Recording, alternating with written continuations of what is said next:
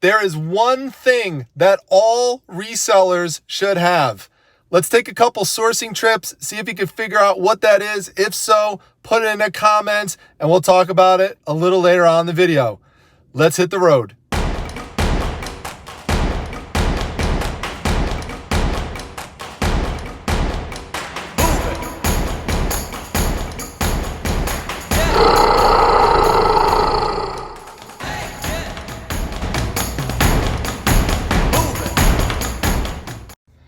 Hey everyone, I don't know if you remember, but I'll show a little clip of it.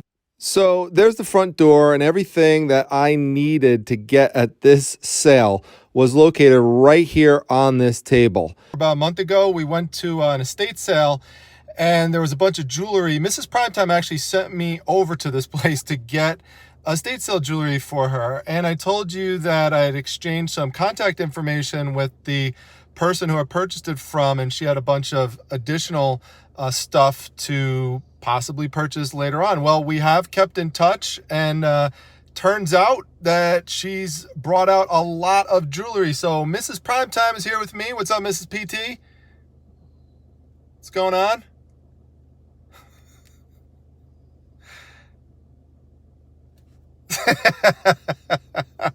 I was seeing how long I could extend the pause. But anyway, we're going to head over there right now, and we're going to see if we can find anything. So, ready?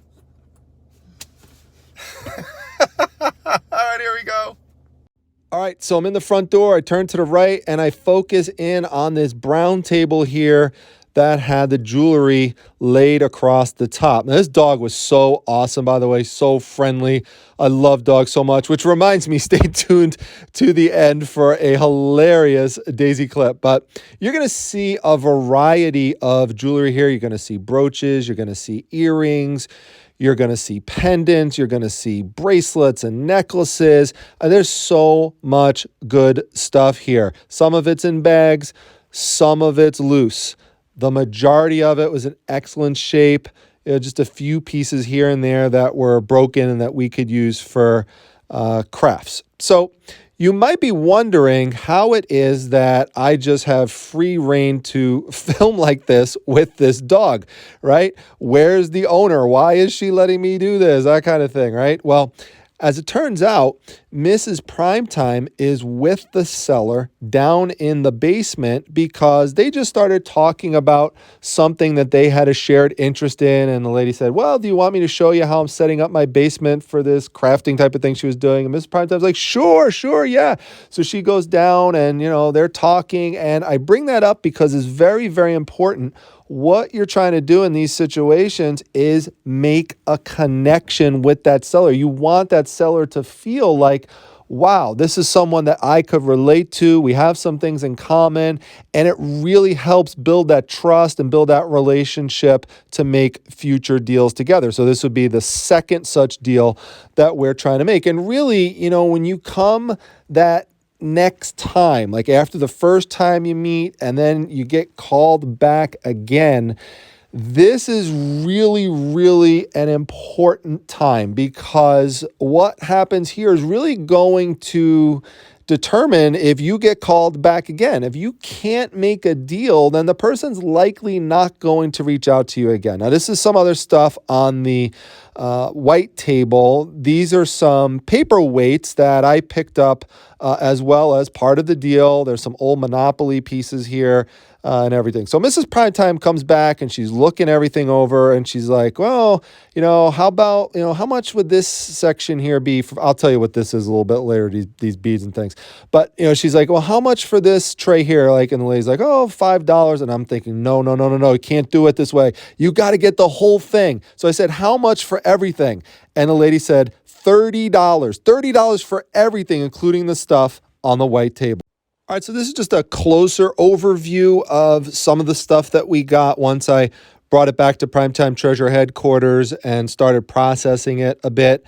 So in this box, there are a bunch of cool earrings. You can see this set here Mrs. Primetime has listed those on eBay. So you can see there she's got them for $12.99 a piece. A cool little bat earrings, perfect for Halloween. And this is what I was telling you about with regards to the beads that were in that plastic container earlier. These are really neat. You could use them for all sorts of cool crafting projects.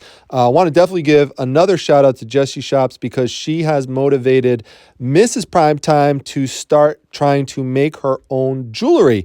So that might be what she winds up doing with the stuff in here and then trying to sell it on eBay. And then in this container here, there are some of the bags of jewelry, and then underneath that are some of the looser pieces of jewelry. So I'm just going to give you an overview of it here. If there's anything you see that you like, feel free to reach out to me at primetimetreasure, no S at the end, at gmail.com. And just let me know what it is you're interested in, and we could work on getting it listed for you. So with that, here's a further close-up of what we found.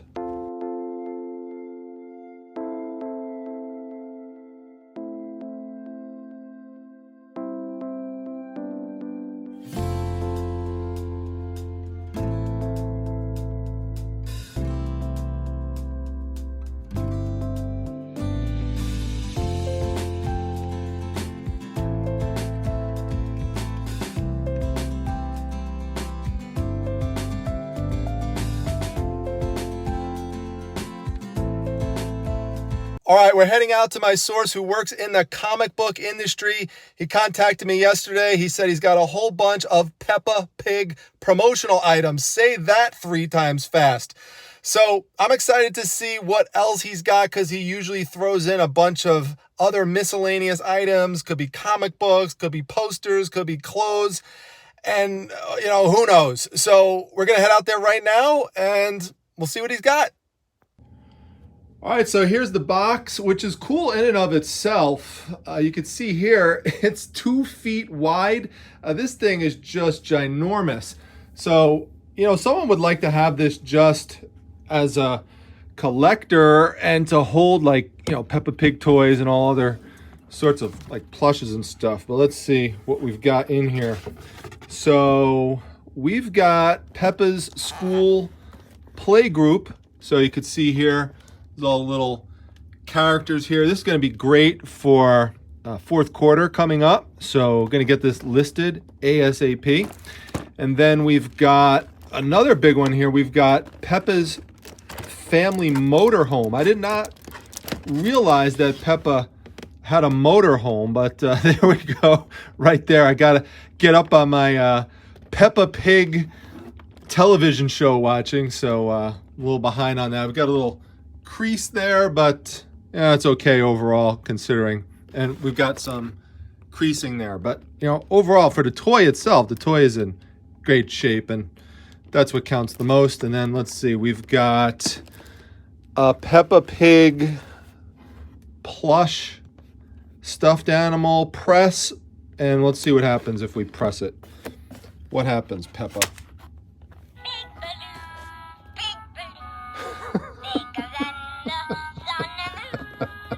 What has happened to my life that this is what I'm doing right now? Oh gosh. All right, this is pretty cool though. It's Oink-A-Long songs. I prefer mermaids in the video, but for now we'll have to deal with Peppa Pig. So anyway, look at this too. Inside, that's really cool inside of the box. So I'm going to try to list this on Facebook Marketplace and sell it to somebody, and the other stuff I'll list on eBay, and I'll show you what I priced all this stuff for. All right, so this is the motorhome for $75, the school play area for $45, and the plush for $18. All right, so in addition to the Peppa Pig box, I also picked up 2 other boxes of items from my source. So I paid $20 per box. So it's a total investment of $60. Now I should get that back and be in profit just based on sales of the Peppa Pig toys. So everything else in these other 2 boxes should be additional profit. So a good example here would be this book laying right up top, Queen of the Ring. It's a hardcover book which contains women wrestling art by Jamie Hernandez. Now that's a name to write down because there's a lot of collectors who absolutely love his art. And as you can see from inside here, there's just a whole bunch of cool color and black and white illustrations inside of women wrestlers. This book should bring me in an easy $20, $21, $22. You could see here we've got some DVDs, like we got Family Guy in here. There's some soft cover books as well. There's all sorts of cool comic books. Like look at this one here, I love this. This is Masters of the Universe Revelation. It's a #1 issue, and we got He-Man, Skeletor, Tila, and we've got Evil Lynn. So shout out to Metal Flippin' Mel, who uses Evil Lynn as her emoji. Thanks Metal Flippin' Mel for watching. And there's a whole bunch of other things in here. Like there's a whole bunch of trade paperbacks in here. There's like a big book right here. I haven't even looked through all this stuff. Let's see what we've got here. Simon Hanselman Crisis Zone. So this is a nice thick paperback book as well. So let's see what we've got in here. Really nice. So I'm going to sort through this stuff, and then I'm going to be able to present it easier rather than just going through this randomly with you. But you could just get a sense overall of how much stuff is here. It's a pretty big box. And this one should sell for about $27. All right, so here's an overview of what I pulled out and organized from the two boxes. What I want you to pay the most attention to, I would say, are these. If you look on the side, I've referred to these a lot, but if you're new into comic books, these are called trade paperbacks, so they're a collection of numerous comic books into one. And some will be thicker than others, but sometimes they'll come in volumes, like you could see here for Batgirl, Birds of Prey. We've got volume 1, we've got volume 2, and we've got volume 3. Now there's more than 3 volumes, but you could still start someone off with a set of 3 and maybe get around $30 out of this. So yeah, those $3. I love trade paperbacks because a lot of people prefer them as opposed to collecting, a regular standard issue of a comic book. They like them better, put into a grouping like this. Just makes it easier for a lot of people to collect. And so you could see on the side we've got a whole bunch of other cool titles. Like we've got Witchblade here, we've got the Flintstones, we've got Manhunter, we've got Hero, Justice League, Green Arrow, Legends of Tomorrow, Winona Earp as well. And some of them we've got, like for example, we've got #1 and 2. So that makes it very easy to add value to your customer. So we've got that. Always look for those. They're really cool, really easy to flip. All right, now many people ask me if I ever keep anything that I source, and my answer to that is rarely, but this may be an exception. Many of you know that Doctor Who is my favorite television show of all time, and Tom Baker is my favorite doctor of all time. And so to have a comic book with Tom Baker featured prominently on the front and it being a #1 issue, that's going to be very hard for me to give up. So I might have to just display that somewhere in PTHQ. We've got another trade paperback here, and then I get these from time to time, these Harley Quinn Black Label books. They're bigger than your standard comic book. Like you can see, here's your standard comic book, and this is a bigger size, and these usually sell for like $10 a piece or so whenever I come across them. There were a bunch of older comic books in here, so we've got a bunch of Warlords, and which is cool because anytime you find things like this with a common title, it's very easy just to lot them together. Doesn't matter if they are different issue numbers. It's better if they are consecutive, but if they're not, that's okay as well. There's a lot of Dark Horse stuff in here, but it's not all Dark Horse. Like you could see here, some DC stuff. And by the way, the character Steel is becoming more popular and sought after being neglected for years. So that's a title to look into a little bit more too. But there's a lot of Dark Horse stuff, And some of this you will probably see coming on one of my comic book auctions during a Cha-Ching-a-thon. So stay tuned for that. And every once in a while, you never know, you got to look at these covers closely, because you might come across a signed comic book like this one here, Artifacts, signed by Ron Mars. You know, it's not worth a ton, but still, it's cool whenever you could find a signed comic book. And you could just see here, just to give you a sample, I won't go through all of them, but there's, there's just a ton of cool, like especially Grendel. I mean, it's great cover right there. So really nice selection of issues. And you can see we got DC back there too. I'm not sure what to make of the Joker VHS tape. This is not something I have seen for sale, so it's interesting. I mean, it's cool cover and everything. I haven't seen any comps for it, so we'll see what happens with this one. I'm gonna probably list this one soon.